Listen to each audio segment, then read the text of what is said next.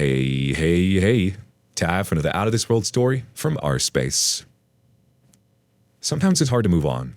Sometimes it's downright scary. But your life doesn't get better by chance. It gets better by change. Today on our space, turn the page. Upburst. A cheater turns to OP's best friend for comfort and finds herself locked between his legs instead. My ex, female 22, cheated on me, male 21, with my childhood best friend, male 21. So here's my story about how I lost the love of my life, C, and my best friend, J, all in one day. It all started when I met C in grade 5 and I had a crush on her for years. Never going to talk to her or anything as I was just figuring out these feelings. Plus I knew I was an introvert from the beginning, barely having any real friends besides a small group of 4, one of them being my best friend, J. We did everything a kid could do together. Go camping, something I didn't like but was fun with him. Playing video games, board games, sleepovers, all those things, and thought of him as a brother. It was he who had the courage to add her to our friends group. We grew closer as we got older. It was only in grade 9 that me and C were starting to get closer as friends. During high school, when we were both in grade 10, I finally gained the courage to ask C out, and to my surprise and happiness, she said yes. Our first date was amazing as I took her out to her favorite restaurant, which wasn't really expensive, but did have a big bill. Then, we went skating, as she has always loved that, and that was one of the best memories I've ever had. Over the next 4 years, we had the best relationship, or at least what I thought was the best. It was only during year 3 of our relationship that C wanted to go to the next level, and so did I. But I was just so nervous about it that I never realized what was happening between my girlfriend and best friend until it was too late. I was also stressed from the SATs that I didn't have enough time to spend with her either. It all came to a screeching halt when I not only passed my SATs. My nervousness about having sex went away with the letter, and I walked to her apartment to tell her the great news. I entered the elevator to go to her floor and walked to her door when I noticed it was open slightly. So in a panic, I opened the door myself, not thinking straight and thinking she was in trouble, but found nothing. I walked around the apartment, but eventually I noticed the trail of clothes leading up to her bedroom door. If those weren't obvious, then the moans and screams of pleasure were. That was until I noticed the jacket on the ground, the very same one I gave Jay on his 18th birthday. I saw only red when I thought that, and barged into our room, where they were both shocked at my interruption. But C soon screamed in terror as I pulled Jay off of her and started beating him. I was never a violent person growing up, but this rage and betrayal turned me into someone I hope I could never be again. It's been 2 weeks since I caught Jay and C together, and I have been ignoring every message they sent me, every call and voicemail they made, and have even ignored their family's attempts at getting me to speak to them. I couldn't stand to be in the same room with them anymore. Every time I think of them, I just remember that day when I caught them. Hope you guys have any advice about what I should do next with them, because I don't. It's completely fair to not want to speak to them, OP. They were the 2 people that you had trusted implicitly, and they betrayed your trust. Honestly, there's not really much they can say to you after something like that. It makes you wonder if they've always had a thing for each other and have just been hiding it right in front of you this whole time. I'm sorry, OP. Update. So, here's my update on my situation. Sorry this took a bit, but I decided to just look at the future for myself now after everything that happened. So, on to the update. As many of you pointed out, I had to get the truth about our breakup before the 2 of them vilify me. To my and possibly your surprise, they didn't say anything about me, but they also didn't out themselves. The 2 of them kept quiet about the whole thing, and I couldn't stand that, watching as if nothing happened between the 3 of us. So I contacted as many of our mutual friends as I could to tell them.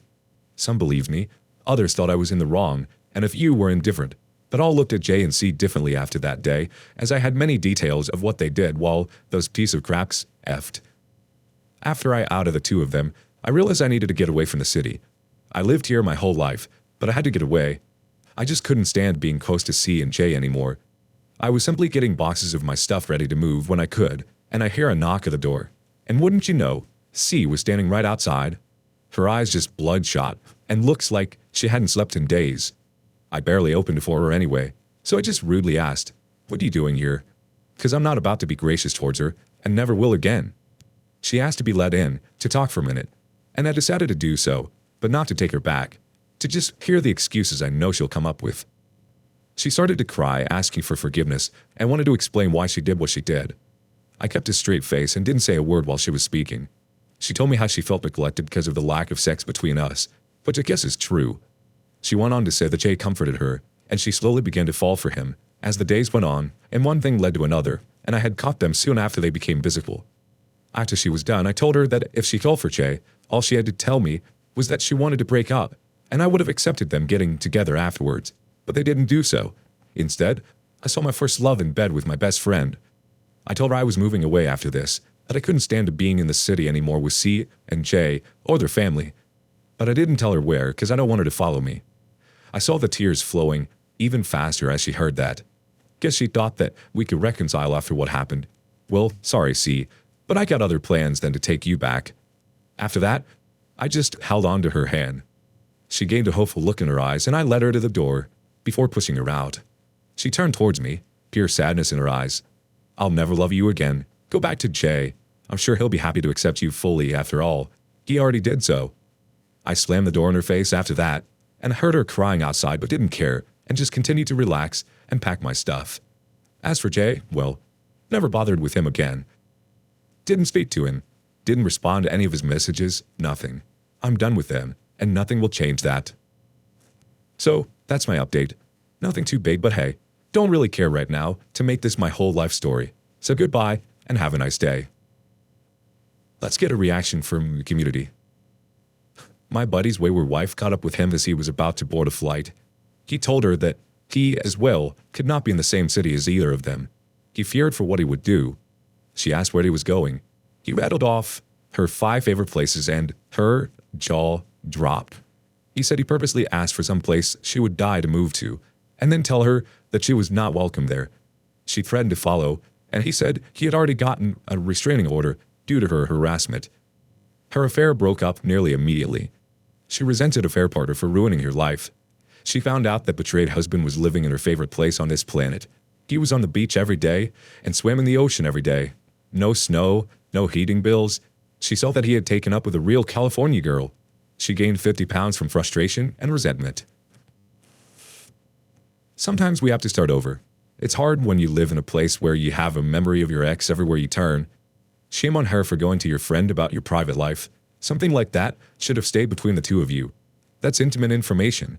And if that's really something she wanted to do, and if it was a huge deal breaker, she should have had the conversation with you. Here's to new chapters, OP. I hope you find what you're looking for. Next up, this OP had to move states to get rid of her serial cheater. My boyfriend, male 23, got his lover, female 25, pregnant, and I, female 21, don't know what to do. Update.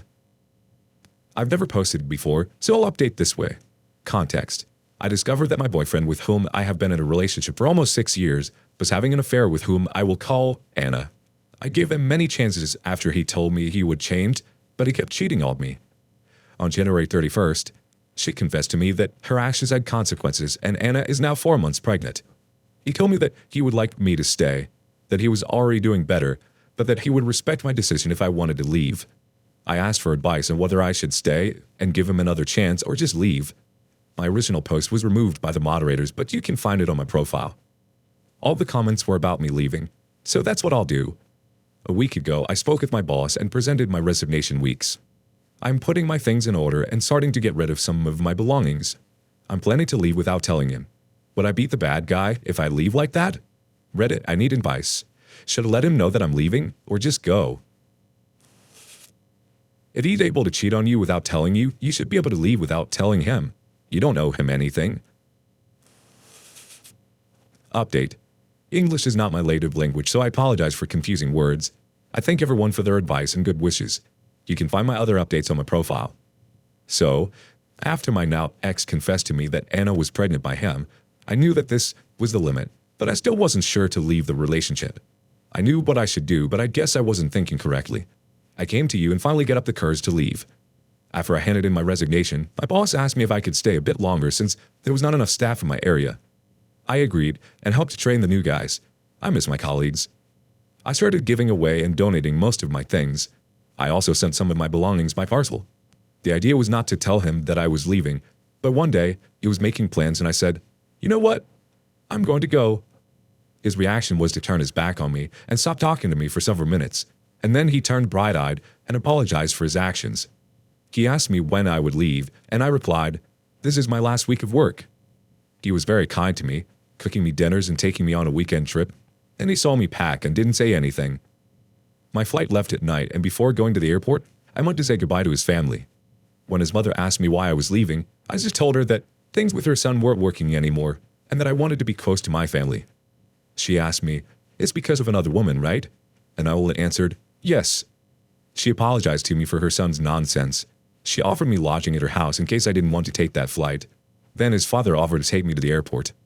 The family got into the family van and took me home to collect my luggage. My ex was in the room and begged me not to leave. I asked him to come with us to the airport, and he refused because he didn't want to fight with his family. In the end, he just watched me walk out the door. His parents said that I can always count on them, and in case I don't like the new place, their doors will always be open. They also said that they had gained a daughter with me. It gave me their best wishes. I cried when I had to say goodbye. The girls, 5 and 10, told me, "Aunt OP, don't go." It broke my heart to say goodbye to this great family. I lost a boyfriend, but I gained a family. I arrived at this new place and it's very beautiful. Everything is so green and very calm. I left the Golden State behind and now live in a place where it snows at Christmas 2,600 miles away from my old home. It's been a while. I'm still in contact with my ex's family. His parents already know about the baby, and although they scolded him, they know that repudiating him would also mean losing his grandson. I'm good at knitting, and so that the girls know that I have them in mind, I'm knitting hats and bags for them. I plan to visit them. I keep adapting. I have a new job, saving money for a car, and I feel like I'm starting a new beginning. I downloaded a dating app with the intention of having a little fun, no strings attached, just fun, and told every guy that. I ran into one in particular a month ago. I'll call him Sam. We share a lot in common, and the laughs never stop. I told him about my ex, that I'm healing my broken heart, and that I'm not ready for a new relationship. Sam told me that he understands, and we've been just dating for now. Maybe this will progress or not. I haven't dated anyone since we met. I'm attracted to the idea of starting from scratch with someone, and Sam seems to be a wonderful guy, but nevertheless, the situation with my ex has left me a little traumatized, with insecurities. In April, my ex flew 10 states to see me. He said he was really sorry you ruined everything. I know karma is taking its toll. He said that he's willing to do anything for a reconciliation, including moving to this state. He took out a ring and asked me to marry him. Maybe I cry with rage because he doesn't make sense to try now. A while ago, I would have been the happiest woman in the world. Now it doesn't matter. Obviously, I said no to his proposal. He asked me to keep the ring. Agreed to go with him on a 5-hour drive to a famous place in the east of the country. We talked about everything. We had moments of crying and laughing. Although I care for him now, I understand that being away from him is the best. I have had time to think about everything, and I can't believe he was capable of hurting me so much. I found out that he dated 3 girls, only the ones I found out about. One of them, Maggie, 18, is a very sweet girl with the most beautiful heart I have ever met, and wherever she is, I wish her the best in the world. Anna knew about her, and I sent her an audio through a fake account where she spoke and laughed with my ex. Then there's Nancy, 20 I think, a nice and religious girl. I knew my ex cheated on me with her about 3 years ago. She didn't know about me, and I still don't know why they broke up, and she blocked him. Finally, there's Anna. My ex had dates with Maggie and Anna while he was with me.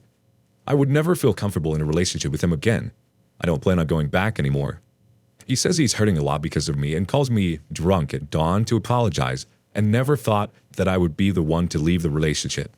His life is going to be really bad. He crashed his car for drunk driving, and the baby might not be his. I feel sorry for him. It turns out that Anna also dated other men, and one of them even gave her money for the baby. My ex confronted her, and she didn't deny anything. I'm updating you today because Anna is in the hospital in labor. I always saw her as another victim of my ex, but she didn't see me in the same way. He texted me on Valentine's Day to ask if my ex had already taken me out to dinner because he said that he had invited her to breakfast, and then he said that she was 6 months pregnant. She didn't know that my ex had already told me, and I think his intention was to ruin my day and make me feel bad. That woman likes chaos, and she has always been defensive. I no longer feel sorry for her. Let's see how the community reacts. First up, he couldn't have blown his life up better if he tried. He better hope that kid isn't his. Anna sounds unstable. I feel for you, OP. I'm glad you got away and are doing well. Just think, all he would have had to do was not be a lying cheater. Another respondent says, whether the baby is his or not, you not take that man back. Move on from trash. I'm sorry you had to move away to get rid of him, OP. I'd block him. You moved away so you wouldn't have to deal with him. You moved away to start new. You don't need him in this next chapter. Leave him in the past. Maybe it's best to go no contact. He really did you dirty, and you may be being far too nice to him despite all that he's done to you. It's very bittersweet that his family was so kind to you. Your boyfriend literally didn't know what he had until it was gone. That, and you're very much the one that got out of his grasp and wasn't playing the little game of his anymore. Wishing you all the best, OP. It sounds like you're off to a great start. Do you have a similar experience? We want to hear it. And thank you for joining us today on Our Space.